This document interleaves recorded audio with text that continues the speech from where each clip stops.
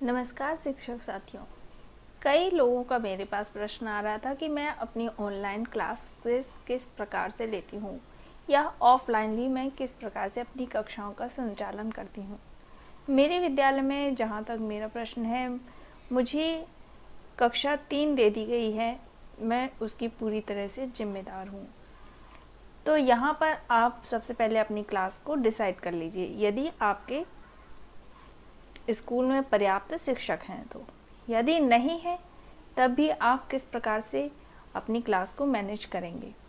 तो इसके लिए मैंने एक सरल उपाय अपनाया जो कि मेरा कारगर भी रहा कि मैंने हर सब्जेक्ट को, जैसे मान लीजिए मैं प्राथमिक कक्षा में हूँ तो मेरा स्कूल 1 to 5 है, तो मैंने 3rd क्लास में 5 सब्जेक्ट्स होते हैं, तो मैंने हर सब्जेक्ट को एक एक दिन दे दिया है कि मैं जैसे कि फर्स्ट डे सोमवार के दिन सिर्फ हिंदी ही पढ़ाऊँगी। मैं अपनी पंखुड़ी जो किताब है उससे रिलेटेड ही सब कुछ पढ़ाऊँगी। उस पूरे दिन हिंदी का ही चैप्टर रहेगा मेरा। मैं उसी एक, अगर मैंने चैप्टर उठाया है तो मैं उसी को पूरे दिन कवर कर लेती हूँ। तो इसमें मैं ज़रूरी नहीं है कि मैं पढ़ाती ही रहती हूँ, मैं पढ़ाती हूँ, लिखाती हूँ, चैप्टर को क्लियर करती हूँ और उसके बाद उससे बच्चों से निकलवाती हूँ। अगर उसमें रोल प्ले दिख रहा है तो रोल प्ले करवाती हूँ, और यदि कोई पोयम है तो मैं उस पोयम को बच्चों को हाव भाव सहित पढ़ाती हूँ। बच्चे मेरी क्लास को एंजॉय करते हैं और फिर उसके बाद मैं लास्ट में, दिन के लास्ट में उसको होमवर्क देती हूँ और उसका फीडबैक लेती हूँ कि आज की क्लास कैसी रही। यदि बच्चे बीच में बोर होने लगते हैं तो मैं उनको कोई वार्म अप करवा देती हूँ, जैसे कि कोई छोटी कविता जो कि हिंदी या इंग्लिश में हो सकती है। तो इस तरीके से मेरी क्लास का संचालन होता है।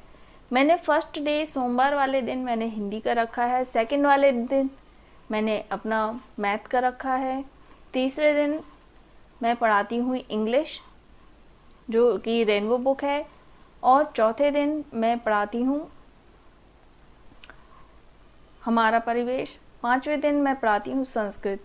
और जो मेरा लास्ट डे बच जाता है, क्योंकि मेरे में 5 सब्जेक्ट हैं ओनली, तो पांचवें दिन मैं उसको इस प्रकार से डिवाइड करती हूँ कि कुछ टाइम मुझे क्राफ्ट करवाना है, कुछ टाइम मुझे कला करवानी है, ड्राइंग बनवानी है, और कुछ पोएट्री रह गई है, या किसी दिन का कोई, जैसे हफ्ते में मान लीजिए कि किसी दिन छुट्टी पड़ गई, मेरे उस सब्जेक्ट का कवर नहीं हो पाया। जैसे मान लीजिए मैंने इंग्लिश का बुधवार के दिन छुट्टी थी, तो उस दिन की चीज़ का कवर मैं लास्ट डे सैटरडे को करवाती हूँ।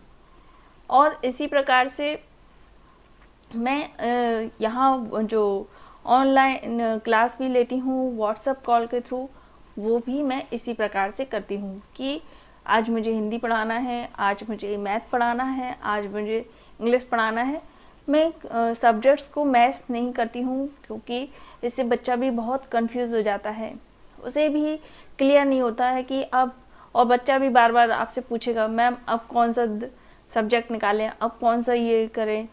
तो इससे बिल्कुल बहुत क्लियर है माइंड मेरे बच्चों का और मेरा भी कि मुझे आज ये सब्जेक्ट पढ़ाना है, और बच्चा भी मेरा जानता है कि उनको एक ही वीक में समझ में आ गया कि आज मैम हिंदी ही पढ़ाएंगी, इसके अलावा और कुछ नहीं।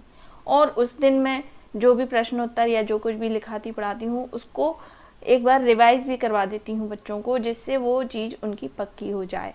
तो इस प्रकार से मैं क्लासेस लेती हूँ।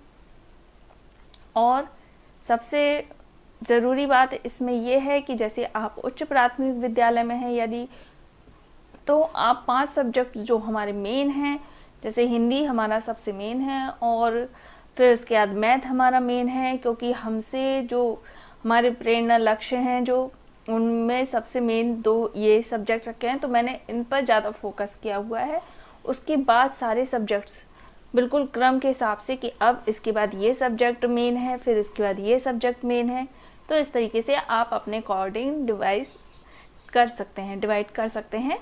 फिर इसके बाद आता है लास्ट डे। यदि आप उच्च प्राथमिक में, तो आप जो लास्ट के दो दिन हैं, जैसे जो संस्कृत का जो मैं दिन ले रही हूँ, उसमें आप अपने 2 सब्जेक्ट को कवर कर सकते हैं।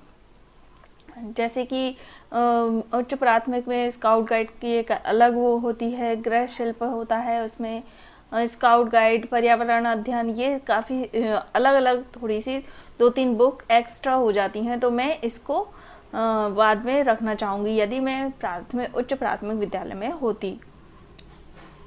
और कोई लास्ट डे ग्रामर भी पढ़ाई जा सकती है अलग से उसका दिन, या आप उसी दिन जो इस दिन मंडे वाले दिन हिंदी का या जो इंग्लिश का है तो उसमें आप उसकी ग्रामर भी हाफ डे के बाद। मैं अपनी कक्षा में अपने बच्चों की भी सुनती हूँ। यदि बीच में कभी बच्चे बोर होने लगते हैं तो मैं उनको, ज़रूरी नहीं है कि वही सब्जेक्ट को पकड़े बैठे रही हूँ, और मैं उसमें अदर एक्टिविटी भी करवा देती हूँ, जैसे कभी डांस, कभी सिंगिंग, या कभी बच्चों से ही कुछ पूछ लेते हैं, या उनकी मनपसंद का कोई खेल जो उन्हें मैंने पहले कभी एक्टिविटी कराई होती है। और बच्चे कभी कभी ऐसे होते हैं कि मैम वो वाली एक्टिविटी करवाई है आपको, वो बहुत अच्छी एक्टिविटी थी, तो मैं उनके मूड फ्रेश करने के लिए उस एक्टिविटी को करवा देती हूँ।